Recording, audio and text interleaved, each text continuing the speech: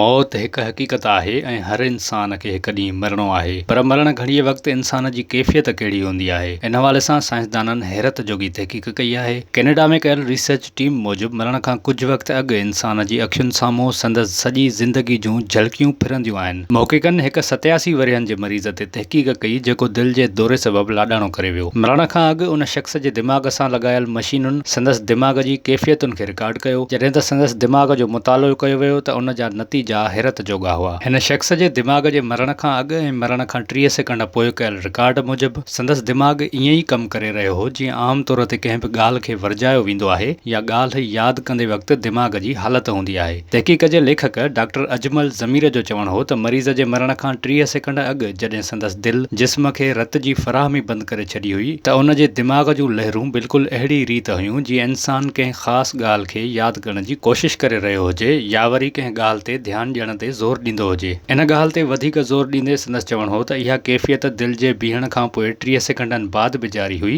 इहो वक़्तु हो जॾहिं इंसान खे मुअल करार ॾिनो वेंदो आहे, पर संदसि दिमाग़ उन वक़्त ताईं कमु करे रहियो हो। ॿियनि लफ़्ज़नि में ईअं चई सघिजे थो त मरंदड़ इंसान जो दिमाग़ संदसि जिस्म जे मरण खां पोइ बि कमु कंदो रहे थो। इंसान जे दिमाग़ में संदसि ज़िंदगी जा समूरा गुज़िरियल लम्हा यादि अचनि था। महक़ीक़नि जो इहो बि चवणु आहे त इन ॻाल्हि खे हतमी करार नथो ॾेई सघिजे छो त हीउ शख़्स मिर्गीअ जो मरीज़ हो, जॾहिं त मौत जे पर्दे पुठियां लिकियल राज़नि मां हिन तहक़ीक़ कंहिं हद ताईं पर्दो खयों आहे, जेका हिकु वॾी कामयाबी करार ॾिनी वई आहे। विज़िट कयो अवामी आवाज़ मीडिया ग्रुप जी वेबसाइट awamiawaz.pk